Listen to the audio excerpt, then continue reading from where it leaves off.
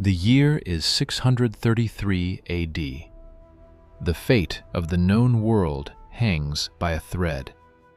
Two ancient superpowers tower over the Middle East like colossal titans locked in an eternal death struggle. To the west, the Byzantine Roman Empire, heir to 1,000 years of imperial grandeur, commanding legions that have crushed barbarian hordes from Britain to the Euphrates. To the east, the Sasanian Persian Empire, the inheritors of Cyrus and Darius, masters of heavy cavalry warfare, controllers of the Silk Road's golden arteries. These two giants have bled each other white for generations. Their latest war has just concluded, leaving both empires exhausted, their treasuries drained, their populations decimated. The Byzantine Emperor Heraclius has barely reclaimed Jerusalem from Persian occupation. The Sasanian Shah, Yazdegerd III, sits uneasily on a throne built on quicksand, his empire convulsing from internal rebellions and economic collapse. Into this power vacuum steps a third force, a force that should not exist according to every rule of geopolitical logic. The Rashidun Caliphate, the first Islamic state. Born in the scorching deserts of Arabia just years earlier, forged in the crucible of tribal warfare, united under a revolutionary new faith. On paper, they are nothing. Bedouin warriors riding camels and horses, wielding swords and spears, possessing no siege engines, no naval fleet, no infrastructure of empire. The Byzantines and Persians barely register their existence. These desert Arabs are a nuisance at best, raiders who might pillage a border town before scurrying back to their wasteland. The great empires have faced such threats before. They have always prevailed. But the Caliphate possesses something neither empire anticipated, a weapon forged not of steel, but of pure tactical genius. His name is Khalid ibn al-Walid. History will remember him as the Sword of Allah, the undefeated, the man who never lost a single battle across 50 engagements. The general who would accomplish what should have been impossible, the simultaneous destruction of two world superpowers. This is not the story of a religious conquest. This is the story of military brilliance operating at a level that transcends faith and politics. This is the story of how one man's strategic mind rewrote the map of the world in just 4 years. This is the story of the greatest tactician you've never heard of. Let us establish the mathematical insanity of what Khalid ibn al-Walid was being asked to do. The Byzantine Empire in 633 AD controls approximately 2 million square miles of territory. Its professional army numbers somewhere between 150,000 to 200,000 men. These are not conscripts. These are skoutatoi, heavy infantry trained from youth in the Roman tradition, armored in mail and scale, wielding spears and swords behind massive shields. They are supported by kataphractoi, the famed Byzantine heavy cavalry, man and horse encased in iron, capable of shattering enemy formations with thunderous charges. The Byzantines possess fortress cities built on foundations laid by Alexander the Great. They command the Mediterranean Sea. They have access to Greek fire, the medieval equivalent of napalm, a liquid flame that burns on water, turning enemy ships into floating pyres. Their intelligence network spans 3 continents. Their diplomatic corps has played the game of empire for centuries, turning barbarian against barbarian, bleeding enemies dry without drawing a Byzantine sword. To the east, the Sasanian Empire is equally formidable, perhaps more so in certain respects. The Persian army revolves around the Aswadan, the legendary heavy cavalry that would inspire medieval European knights centuries later. These are noble warriors, each commanding vast estates, equipped with the finest weapons Persian steel can forge. They wear armor so heavy that mounting their horses requires assistance. But once in the saddle, they are unstoppable. The thunder of an Aswaran charge has broken armies from India to Anatolia. The Persians possess war elephants, mobile fortresses that strike terror into enemy cavalry, platforms for archers who rain death from above the battlefield. They command the Tigris and Euphrates valleys, the most fertile agricultural land in the world, capable of feeding enormous armies indefinitely. Their engineering prowess is unmatched. They have built irrigation systems that transform deserts into gardens, fortresses that have withstood sieges for years. Both empires possess something else: institutional memory. Tactical doctrines refined across centuries. Staff colleges where officers study the campaigns of Caesar, of Hannibal, of Alexander. Logistical systems capable of moving 50,000 men across 1,000 miles and keeping them fed, watered, and equipped for sustained operations. Against this, what does the Rashidun Caliphate possess? Approximately 25,000 men available for offensive operations. Most are light cavalry and infantry.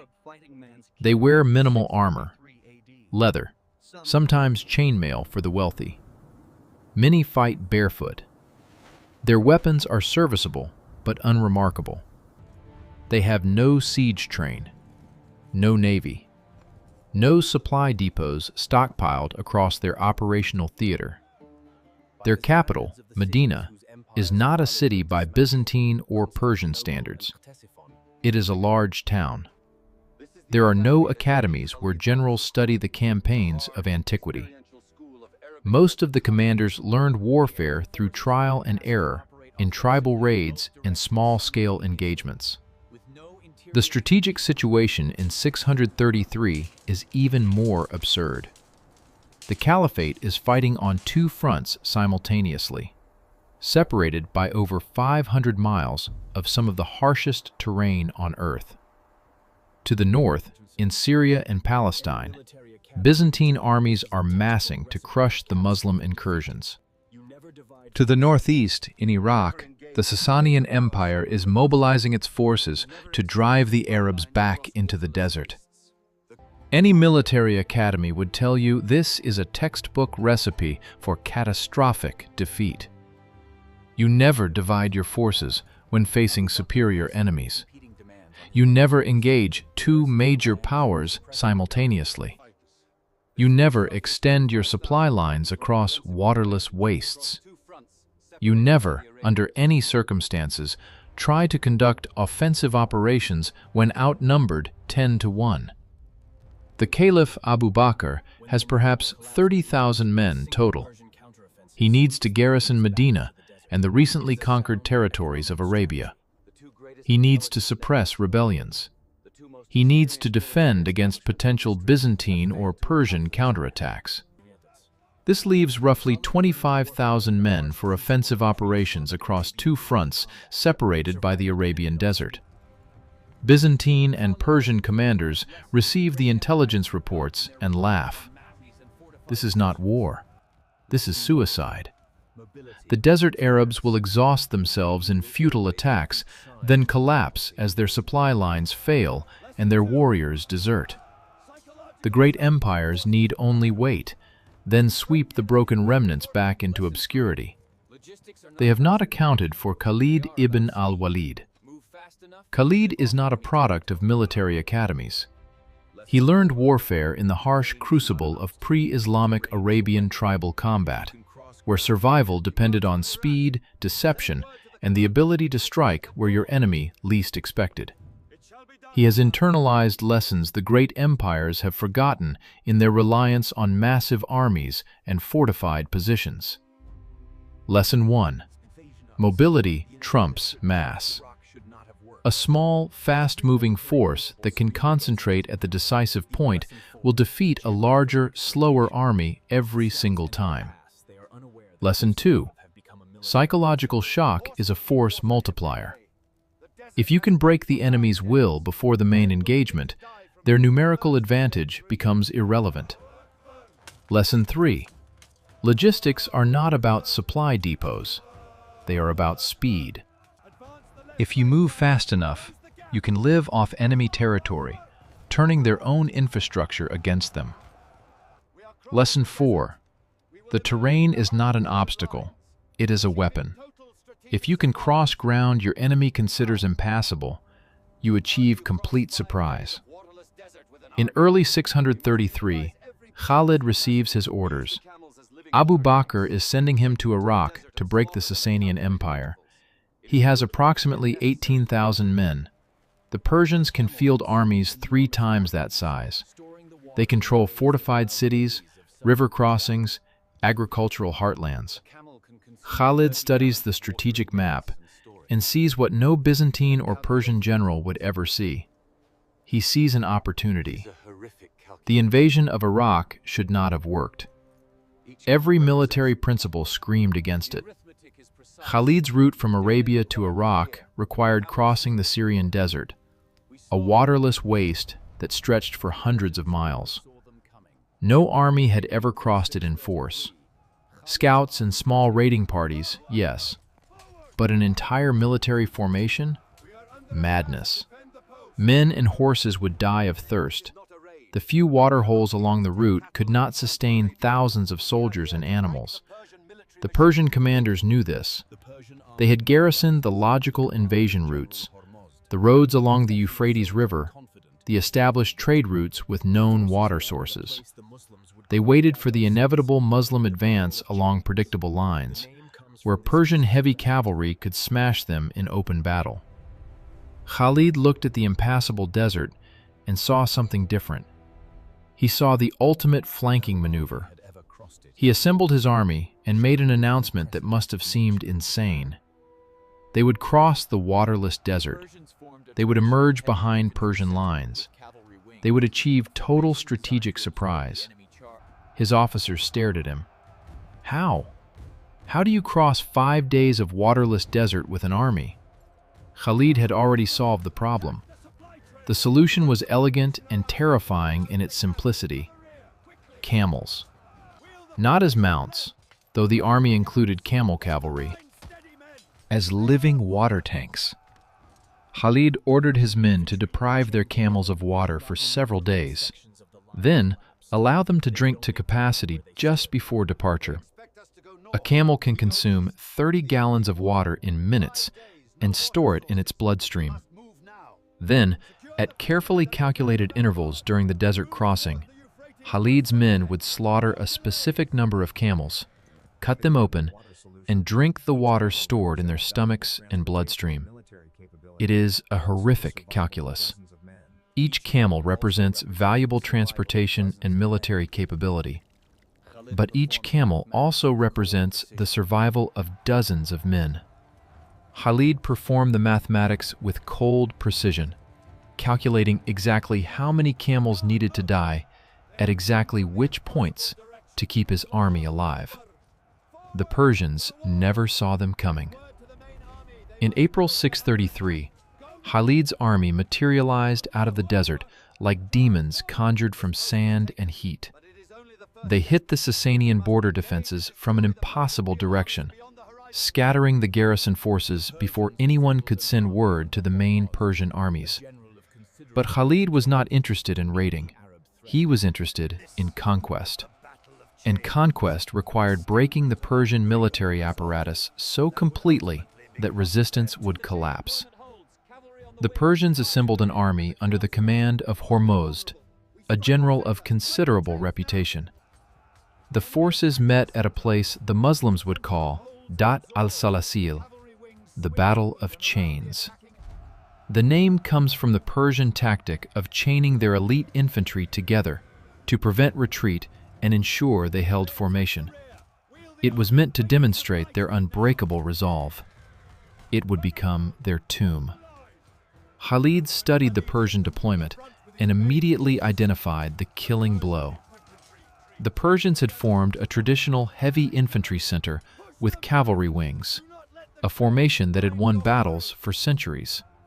It was designed to absorb the enemy charge on the infantry, then envelop them with cavalry from the flanks. Khalid had no intention of playing that game.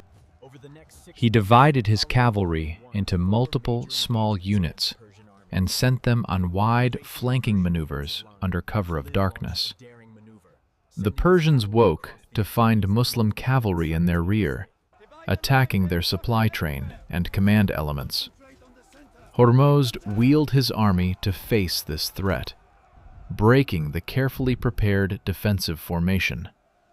That was when Khalid hit them from the front with his main force. The Persian infantry, chained together, could not maneuver. They could not retreat when sections of the line collapsed. They could only die where they stood. Hormozd fell in the fighting. The Persian army disintegrated. The chains, meant to symbolize unbreakable unity, became anchors that dragged men to their deaths. Khalid did not pause to celebrate. He was already moving to the next target. Over the next 6 weeks, Khalid fought and won 4 major engagements against Persian armies. Each battle demonstrated a different facet of his tactical genius. At the Battle of the River, Persian forces tried to use the Euphrates as a defensive barrier. Khalid sent cavalry across at multiple fording points simultaneously, forcing the Persians to divide their forces to meet multiple threats. When they did, he concentrated his main force at a single point and punched through, then rolled up the Persian line from the flank. At Walaja, the Persians tried to copy Khalid's own tactics, attempting a double envelopment.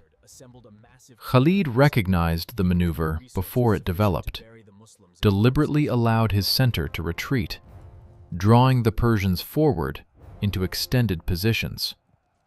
Then his own cavalry smashed into the overextended Persian wings, collapsing them inward. The attempted envelopment became a death trap for the Persians themselves. At Ulais, Khalid faced his largest Persian army yet, perhaps 50,000 men with elephant support. The battle lasted 2 days of continuous fighting. Khalid rotated his units constantly, keeping fresh troops in the line while allowing exhausted soldiers to rest. The Persians, with their rigid command structure, could not match this flexibility. By the second day, their army was physically and psychologically shattered.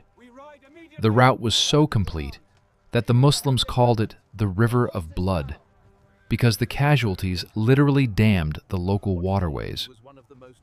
In 6 weeks, Khalid had broken 4 separate Persian armies. He had captured several major cities, including the critical fortress of Hira. He had done this with forces that never exceeded 20,000 men. The Sasanian court in Ctesiphon was in chaos. How was this possible? These were supposed to be desert raiders, not a military juggernaut capable of destroying professional Persian armies in pitched battle. The Persian emperor Yazdegerd III assembled a massive counteroffensive. He would commit resources sufficient to bury the Muslims in corpses. He would personally lead the army. He would restore Persian honor. And then, at the moment of Khalid's greatest triumph in Iraq, everything changed. A messenger arrived from Medina with emergency orders. The Byzantine Empire had launched a massive invasion of Syria. The Muslim forces there were outnumbered and in danger of annihilation. Khalid was to disengage from Iraq immediately and marched to Syria with his best troops. The distance from Hira in Iraq to Damascus in Syria, over 500 miles across desert and broken terrain. The time given to make the journey, weeks, not months. If Khalid arrived too late, the Byzantine army would crush the Muslim forces in Syria. If he moved too slowly, the Persians would catch him in the desert and destroy his army in detail. Any normal general would have protested the order as impossible. Khalid began the march immediately.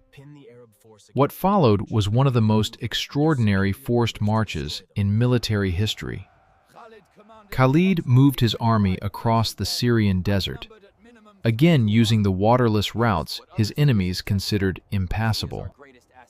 He covered distances that should have taken months in a matter of weeks. He navigated by stars, located the rare water holes through guides with encyclopedic knowledge of the desert, and drove his men to the edge of human endurance. Horses collapsed and were left behind. Men who could not maintain the pace were left at oases with orders to follow when able. Khalid stripped his force down to only the essentials, the fastest cavalry, the toughest infantry, the minimum supplies needed for survival.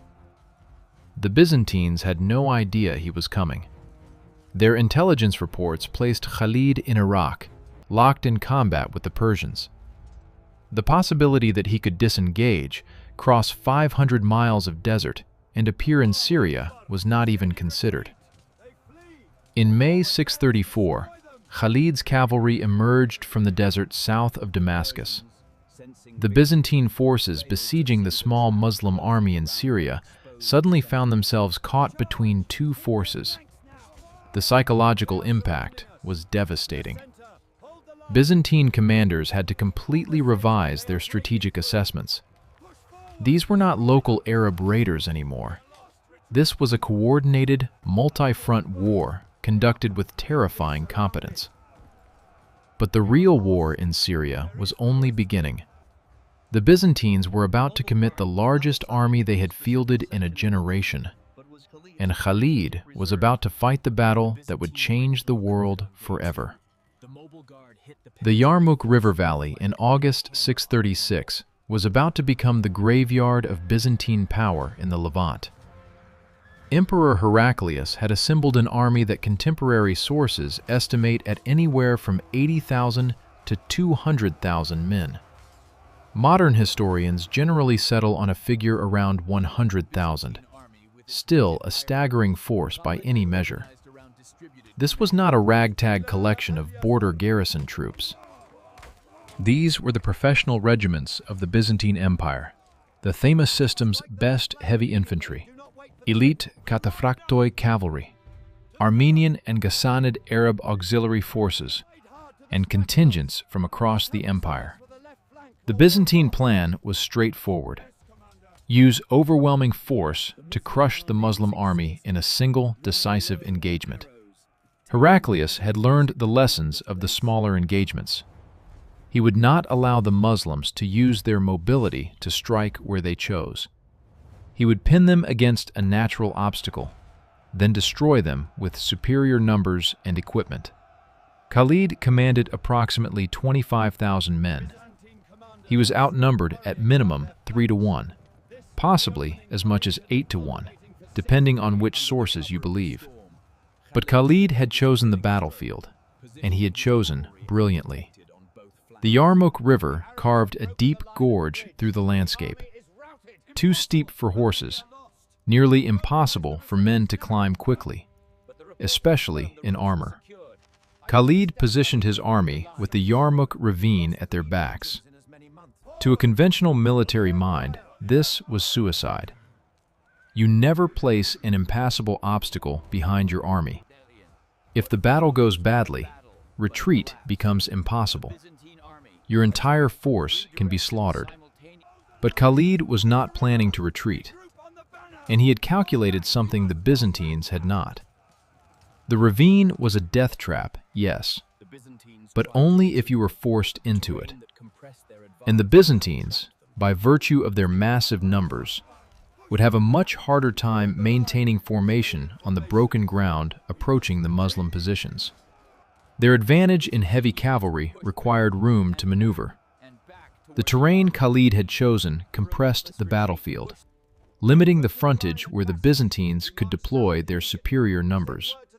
The battle began on August 15th, 636, and would last 6 days of continuous combat. This was not a single decisive clash, but a series of engagements, each demonstrating different aspects of Khalid's tactical genius. On the first day, the Byzantines attacked with overwhelming force, smashing into the Muslim lines with heavy cavalry charges. The Muslim ranks buckled, but did not break. Khalid had positioned his best troops at critical points, units that would hold regardless of casualties. The Byzantines made initial gains, but could not achieve a breakthrough. As night fell, both sides disengaged. The second day saw the Byzantine commanders adjust their strategy, concentrating their attacks on specific sectors to create localized breakthroughs. They succeeded in penetrating the Muslim left wing. Khalid's response revealed his true genius. He had created what he called the Qalb al-Mutaharrik, the mobile guard. This was an elite cavalry force of perhaps 4,000 men, the absolute best horsemen in the army, equipped with the finest weapons available. They were not assigned to a specific section of the line. They were Khalid's strategic reserve, positioned centrally where they could respond to threats anywhere on the battlefield. When the Byzantine breakthrough occurred, the mobile guard hit the penetrating force from the flank like a hammer on an anvil. The Byzantine spearhead collapsed, the survivors retreating in disorder. Khalid had not just plugged the gap, he had turned a potential disaster into a localized victory that shattered Byzantine morale in that sector. The third day brought a different approach from the Byzantines. They launched multiple simultaneous attacks across the entire front, attempting to overwhelm Khalid's ability to respond to threats. It was a sound strategy in principle. In practice, it ran into Khalid's command structure. Unlike the Byzantine army, with its rigid hierarchy and slow decision-making processes, Khalid had organized his forces around a principle of distributed command. Each sector commander had authority to respond to threats without waiting for orders from the top. When the Byzantines attacked, Muslim units shifted to support threatened sectors without needing Khalid's personal direction. The mobile guard moved constantly, appearing wherever the fighting was hottest, shoring up defenses and launching devastating counterattacks. The Byzantines were fighting an army that could think and respond faster than their own command structure could issue orders. It was like playing chess against an opponent who could move 3 pieces for every one of your moves. The fourth and fifth days saw the battle settle into a brutal attritional struggle. Byzantine numbers began to tell. The Muslim army was exhausted, running low on arrows, taking casualties it could not replace. Byzantine commanders could sense victory approaching. One more massive push would break the Muslim lines and send them tumbling into the Yarmouk ravine. Khalid was waiting for exactly this moment. He had studied the Byzantine army for days now. He understood its rhythms, its tendencies, its weaknesses. He knew that the Byzantine commanders were focused on the main battle line, convinced that victory lay in breaking through at any cost. They had stopped worrying about their flanks and rear because the Muslims clearly lacked the numbers to threaten them there. This was the opening Khalid had been cultivating for 6 days of combat. On the 6th day, Khalid launched his killing stroke. Under cover of a dust storm, he had positioned cavalry forces on both Byzantine flanks. Not large forces. He couldn't spare the men. But he didn't need large forces. He needed precision. As the Byzantines launched what they intended to be the final, decisive assault on the Muslim center, Khalid's cavalry hit both their flanks simultaneously. The attacks were perfectly timed to create maximum chaos. Byzantine units wheeled to face the new threats, breaking their offensive momentum. And then, Khalid personally led the mobile guard straight into the Byzantine center. What followed was not a battle, but a collapse. The Byzantine army, attacked from 3 directions simultaneously, began to fragment. Units lost contact with each other. Command and control disintegrated. What had been a coordinated army became a mob of individual formations trying to survive. The Byzantines tried to retreat, but Khalid had chosen the battlefield for exactly this moment. The terrain that had compressed their advance now trapped them in their retreat. Units jammed together, losing formation. Cavalry could not maneuver in the press of bodies. The Muslim forces, fighting with the desperate energy of men who knew they had no retreat, pressed forward relentlessly. Byzantine units were pushed back, and back, and back toward the Yarmouk ravine. Thousands of Byzantine soldiers went over the edge, pushed by the pressure of their own retreating comrades.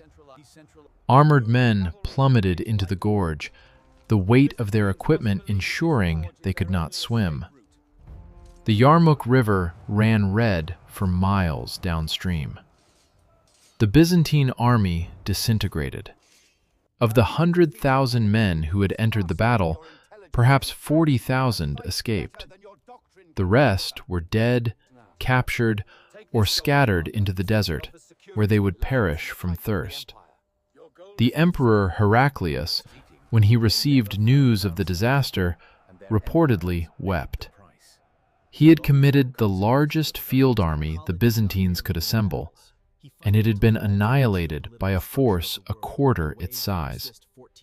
Byzantine power in the Levant was broken forever.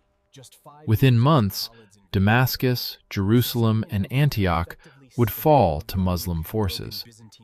The richest provinces of the Byzantine Empire, Syria, Palestine, Egypt, would be lost permanently. But the victory at Yarmouk was not achieved through numbers or equipment. It was achieved through tactical brilliance, operating at a level few generals in history have matched. Khalid had turned every Byzantine advantage into a weakness. Their superior numbers became a liability in the compressed battlefield. Their heavy cavalry lost mobility in the broken terrain. Their rigid command structure could not match the speed of Muslim responses to threats. And at the critical moment, Khalid had possessed the vision to see the killing blow and the courage to execute it, when a lesser general would have been focused solely on survival. The sword of Allah had just decapitated the Byzantine military machine, and he had done it while simultaneously destroying the Sasanian Empire in Iraq. Numbers and tactics tell only part of the story. To understand how Khalid achieved the impossible, we must examine the psychological dimension of his warfare and the leadership principles that allowed him to extract superhuman performance from his soldiers. Khalid understood something that many modern generals forget. Battles are won in the mind before they are won on the field.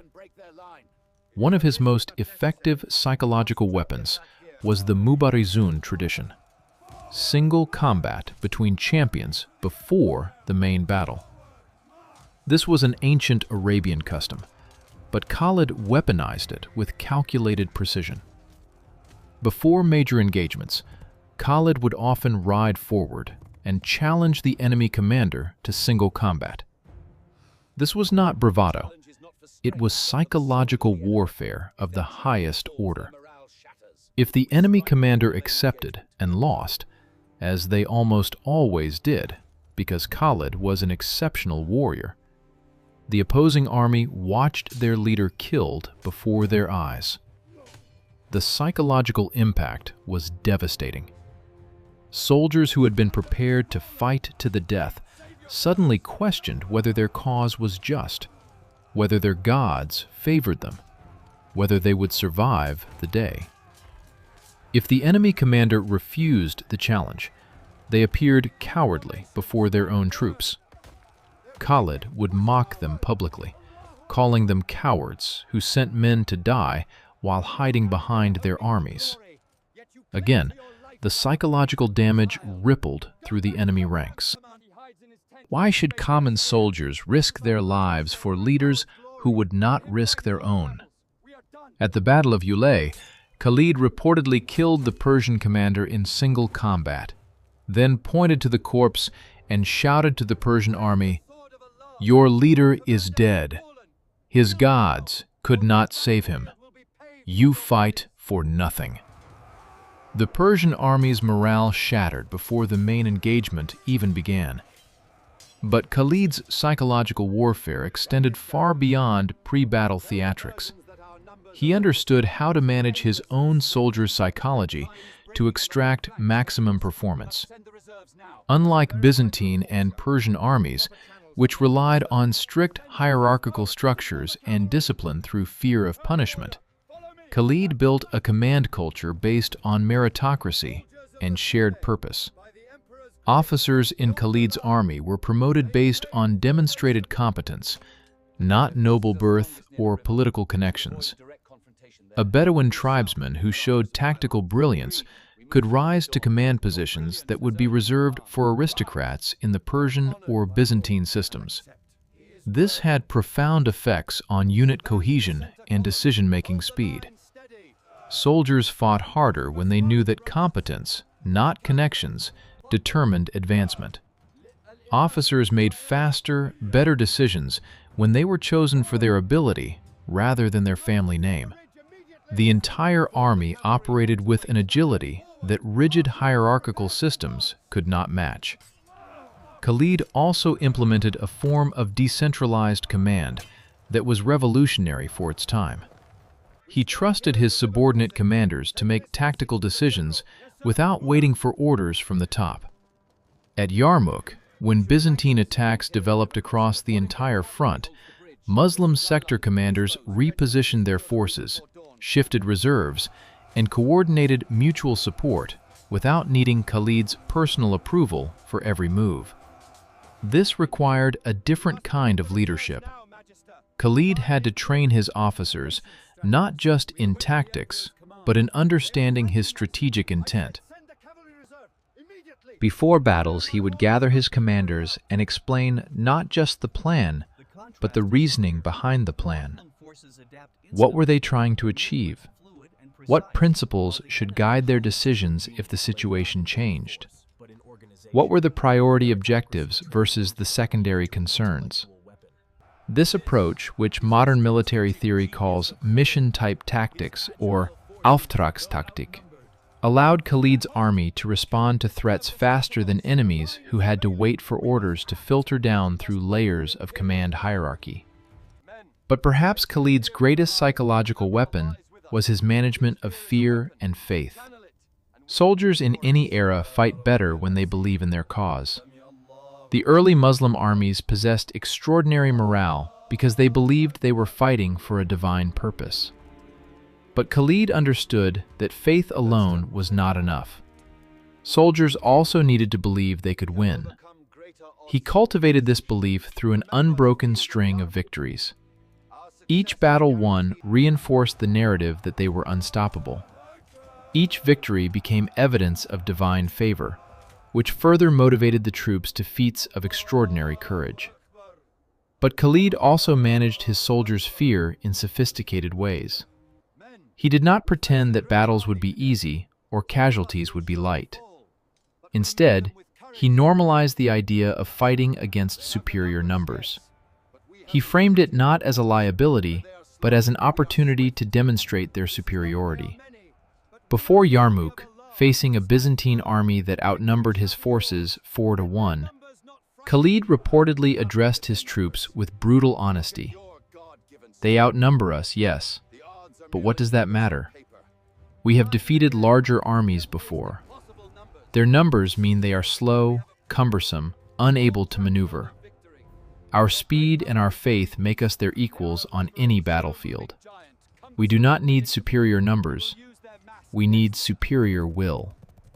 This kind of framing transformed a potential source of terror, the vast Byzantine host, into a vulnerability the Muslims could exploit. Khalid also understood the importance of logistics, but not in the conventional sense. Byzantine and Persian armies relied on massive supply trains, depots stockpiled with months of provisions, and carefully planned logistics chains. This made them powerful, but also slow and predictable. Khalid's logistics were based on speed and living off enemy territory. His armies moved too fast for conventional supply systems to support them.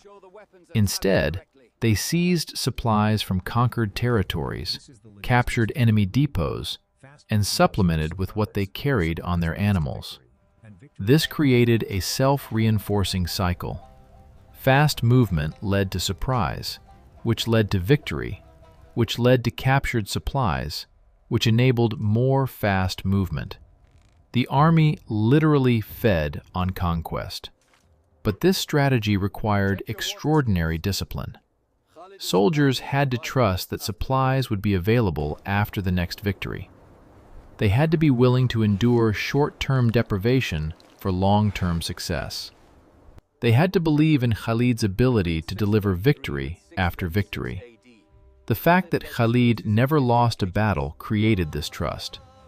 Soldiers knew that if they followed him into what looked like impossible situations, he would find a way to victory. This psychological certainty allowed them to endure hardships that would have broken armies with less confident leadership. Khalid also managed the tribal dynamics of his forces with sophisticated understanding. The Arab armies were composed of different tribal groups who had centuries-old rivalries and blood feuds. In normal circumstances, these tensions would have torn the army apart. Khalid suppressed these rivalries through several mechanisms. First, he mixed tribal units together in combined formations, forcing them to fight alongside traditional enemies. This created new bonds forged in shared combat. Second, he promoted based on merit, regardless of tribal affiliation, demonstrating that competence mattered more than ancestry. Third, he directed tribal competitive instincts toward the external enemy rather than internal rivals. Tribes competed to see who could win the most glory in battle against Persians or Byzantines, not who could settle old scores. The result was an army that functioned with shocking cohesion, despite being composed of groups who had been killing each other just years earlier. But perhaps the most overlooked aspect of Khalid's leadership was his willingness to learn from enemies and adapt tactics. After fighting Byzantine heavy cavalry, Khalid incorporated similar tactics into his own forces where appropriate. After seeing how Persian infantry used combined arms coordination between elephants, heavy infantry, and archers, Khalid adapted those principles for his lighter forces. He was not bound by doctrine or tradition. If an enemy technique worked, he would steal it and integrate it into his own approach. This intellectual flexibility gave him an enormous advantage over opponents who were trapped in centuries-old tactical doctrines. The Byzantines fought the way Romans had fought for 1,000 years. The Persians used tactics refined over centuries. Khalid fought however he needed to fight to win. The combination of all these factors, psychological warfare, meritocratic command structures, decentralized decision-making, sophisticated management of morale and logistics, and tactical flexibility, created a military instrument capable of achieving the impossible. Khalid did not just defeat armies, he broke them psychologically before the main engagement began, outmaneuvered them operationally through superior speed, and then destroyed them tactically through brilliance at the point of contact. And he did it again, and again, and again. 50 battles, 50 victories, against opponents who should have crushed him through sheer weight of numbers and resources. The question that haunted Byzantine and Persian commanders was simple. How do you defeat an enemy who moves faster than your intelligence can track, fights better than your doctrine can counter, and possesses morale that your gold cannot break? They never found an answer, and their empires paid the price. The long-term consequences of Khalid ibn al-Walid's campaigns are almost impossible to overstate. He did not merely win battles, he fundamentally altered the geopolitical structure of the world in ways that persist 14 centuries later. By 638 AD, just 5 years after Khalid's invasion of Iraq, the Sasanian Empire effectively ceased to exist as a functioning state. The Battle of Yarmouk had broken Byzantine power in the Levant.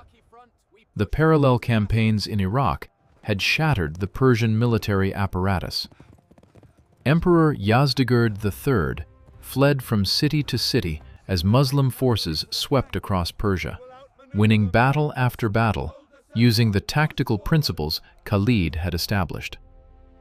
The Sasanian Empire, which had ruled Persia for over 400 years, which had been one of the two superpowers of the known world, collapsed completely.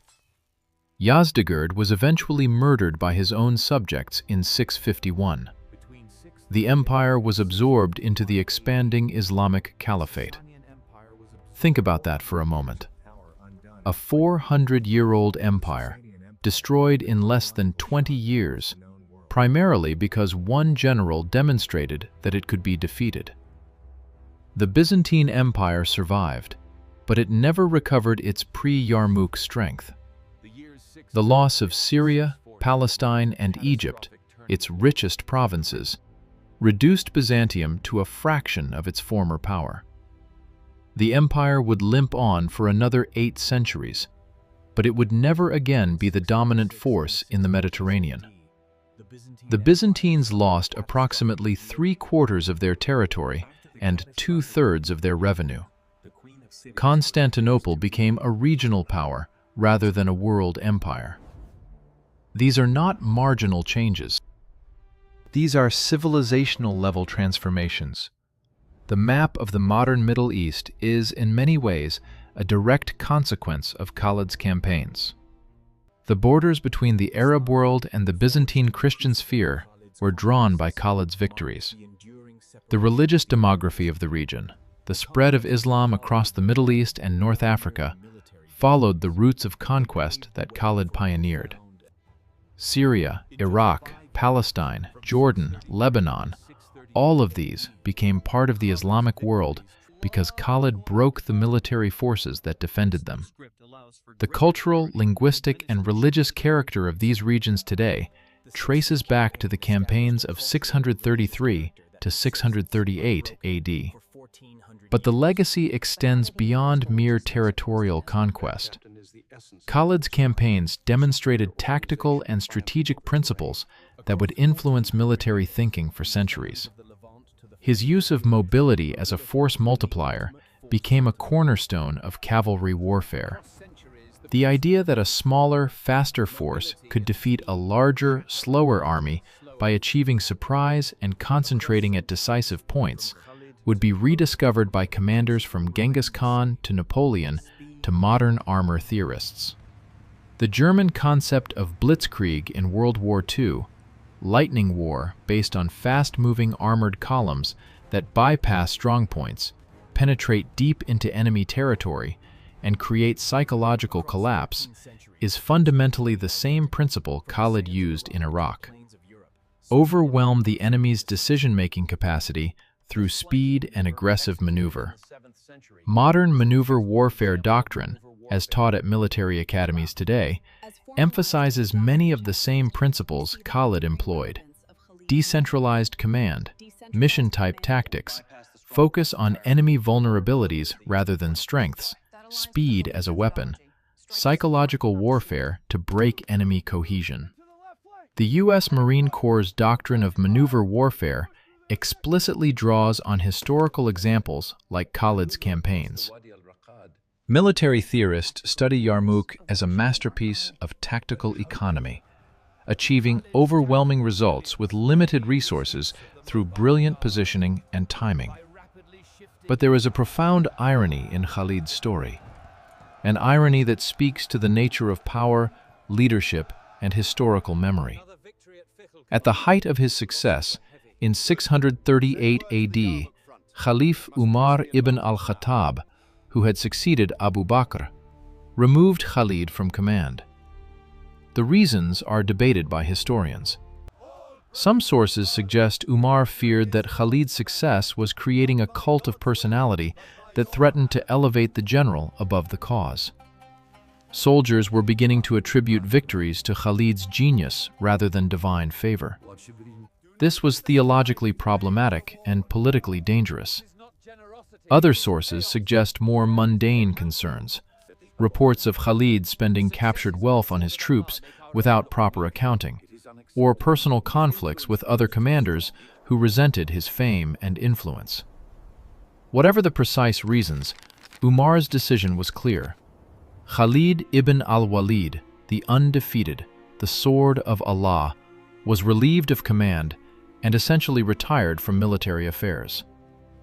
Khalid accepted the decision without protest. He did not rebel. He did not attempt to use his enormous prestige with the troops to challenge the Caliph's authority. He simply obeyed and withdrew from public life. He died in 642 AD, probably in his early 50s, in the city of Homs in Syria. According to tradition, his final words were bitter. "I have fought in countless battles, and there is no part of my body that does not bear a scar from a sword, spear, or arrow. And here I am, dying in my bed like a camel. May the eyes of cowards never sleep." He wanted to die in battle. Instead, he died in obscurity, removed from the wars he had revolutionized. Umar's stated reasoning for removing Khalid was profound. "I have not dismissed Khalid because of my displeasure or any dishonesty on his part, but because people have become fascinated by him, and I fear that they depend on him. I want them to know that it is Allah who does all things." In other words, Khalid was too successful. His brilliance risked overshadowing the faith that was supposed to be the foundation of the Caliphate's expansion. Umar needed to demonstrate that victories came from Allah, not from individual genius, no matter how extraordinary that genius might be. From a modern secular perspective, this seems insane. You have identified perhaps the greatest military commander of his generation, a man who has literally never lost a battle, and you remove him from command during an ongoing war of conquest? It defies all logic of military efficiency. But from Umar's theological and political perspective, it made perfect sense. The Islamic State was not supposed to be built on the charisma of individual heroes. It was supposed to be a community of believers united by faith, not by loyalty to exceptional leaders. Khalid's very excellence threatened this vision. And here is the remarkable thing. The conquests continued after Khalid's removal. Not at the same pace, perhaps, and not with the same tactical brilliance, but they continued. Persia fell. Egypt fell. North Africa was conquered. Within a century, Islamic armies would reach Spain in the west and India in the east. Umar's gamble succeeded. He proved that the expansion did not depend on a single military genius. The system could survive the loss of its greatest commander. But at what cost? How much faster could the conquests have proceeded with Khalid still in command? How many lives might have been saved by his tactical efficiency? We will never know. What we do know is that Khalid ibn al-Walid remains one of the least known great commanders in Western military history.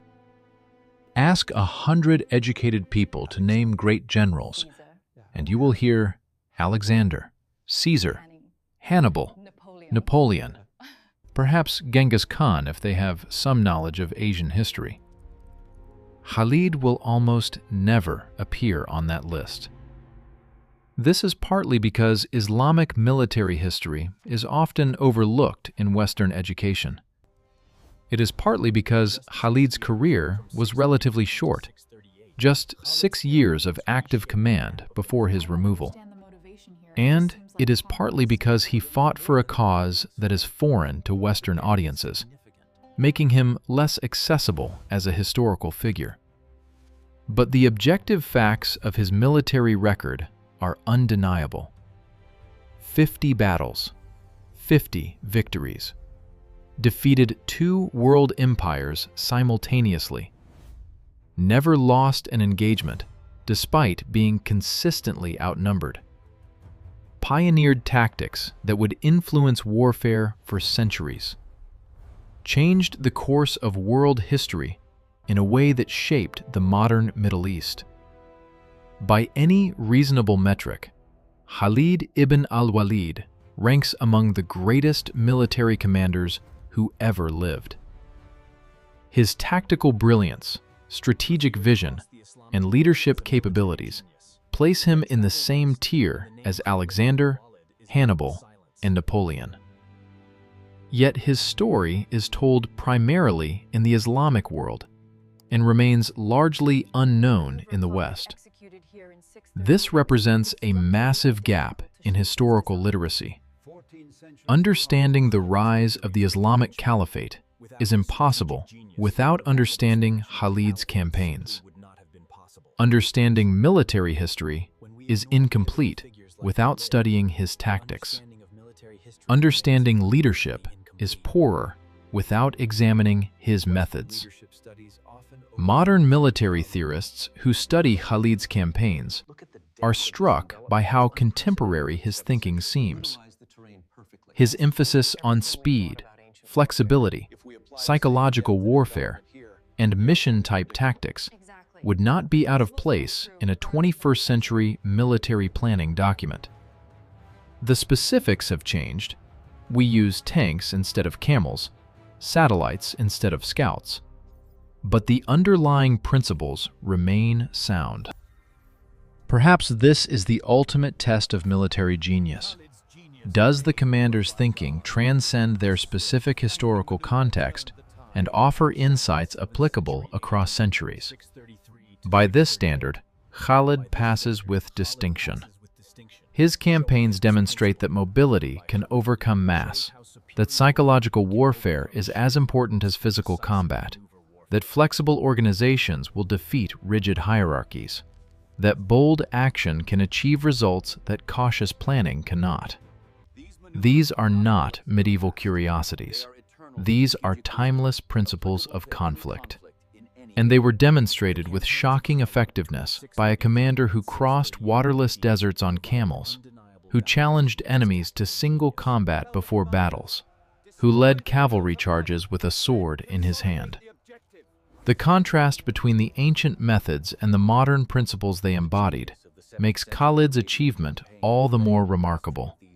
He was working with Bronze Age technology, horses, swords, bows, but thinking in ways that would not be systematically codified until the 20th century. This is the mark of true genius. the ability to intuit principles that others will require centuries and volumes of theory to articulate.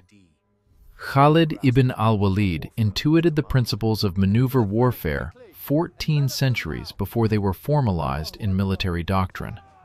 He understood psychological operations before the term existed. He implemented decentralized command structures when contemporary armies were still organized around rigid hierarchies. And he did all of this while being outnumbered, out-equipped, and fighting on multiple fronts simultaneously against opponents who should have crushed him through sheer weight of resources. The story of the Sword of Allah is not just a story of ancient battles in distant deserts. It is a story of what human intelligence can achieve when operating at the highest levels. It is a story of how a single exceptional individual can alter the course of civilizations. It is a story that deserves to be far better known than it is. There is one final question that haunts anyone who studies Khalid ibn al-Walid's career. What if? What if Umar had not removed him from command in 638? What if Khalid had been allowed to continue leading armies for another decade? The Islamic conquests were extraordinary, even without him. Within a century of Muhammad's death, the Caliphate controlled territory from Spain to Central Asia, from the Atlantic Ocean to the borders of China. It was one of the fastest expansions of empire in human history. But almost all of this happened after Khalid's removal from command. The conquest of Egypt, North Africa, Spain, Central Asia, Khalid had no part in these campaigns. They were conducted by competent generals using conventional tactics. They took time. They involved setbacks and defeats. They succeeded through persistence and favorable circumstances more than tactical brilliance. What might Khalid have achieved? We have a partial answer from what he did accomplish in his brief 6 years of command. In that time, he broke 2 empires, fought 50 battles without a single defeat, crossed thousands of miles of hostile territory, and revolutionized the tactical doctrine of desert warfare. If that was what he achieved in 6 years while fighting on 2 fronts simultaneously, what might he have done with a decade of focused campaigning? Could he have reached Constantinople? The Byzantine capital would not fall to Muslim forces until the Ottomans finally breached its walls in 1453, over 800 years later. But if any commander of the early caliphate had the genius to solve the problem of Constantinople's legendary defenses, it was Khalid. Could he have pushed further into Persia, perhaps reaching India decades earlier than actually occurred? The historical conquest of Persia was methodical but slow. Khalid's approach was anything but slow. Could he have crossed into North Africa with the same speed he crossed the Arabian desert, potentially reaching Spain generations before the actual conquest in 711? These are not idle speculations. They are legitimate historical questions, because Khalid demonstrated repeatedly that he could achieve what conventional military wisdom considered impossible. He had a track record of making the unthinkable not just possible, but almost routine. His removal from command was arguably the most consequential military decision of the 7th century. It potentially altered the trajectory of world history in ways we cannot fully calculate. From Umar's perspective, it was necessary to preserve the ideological purity of the caliphate. From a pure military efficiency standpoint, it was arguably a catastrophic error. The truth probably lies somewhere in between, but we will never know for certain. What we do know is that Khalid ibn al-Walid earned his title. He was, without question, the Sword of Allah. not because of divine intervention in battles, though his soldiers believed in such intervention, but because his mind was a weapon as sharp and deadly as any blade ever forged. He cut through the defenses of two empires with the precision of a surgeon and the brutality of an executioner. He rewrote military tactics for his era. He changed the map of the world. And then he died in his bed, mourning that he had not fallen in battle, largely forgotten by the armies he had led to unprecedented victory. History has strange ways of rewarding genius. Khalid's reward was success beyond measure, followed by forced retirement and historical obscurity in much of the world. But for those who study military history seriously, for those who understand what he accomplished against what odds, the verdict is clear. Khalid ibn al-Walid was one of the greatest military commanders who ever lived. His campaigns deserve study alongside those of Alexander, Hannibal, and Caesar. His tactical innovations deserve recognition alongside those of Napoleon and Guderian. The fact that he is not universally recognized as such says more about the gaps in historical education than it does about his actual achievements. The sword of Allah cut deep. The wound he inflicted on the Persian and Byzantine empires never healed. And the world that emerged from those wounds is the world we still inhabit today. That is legacy. That is impact. That is the mark of a commander who transcended his time and shaped history itself.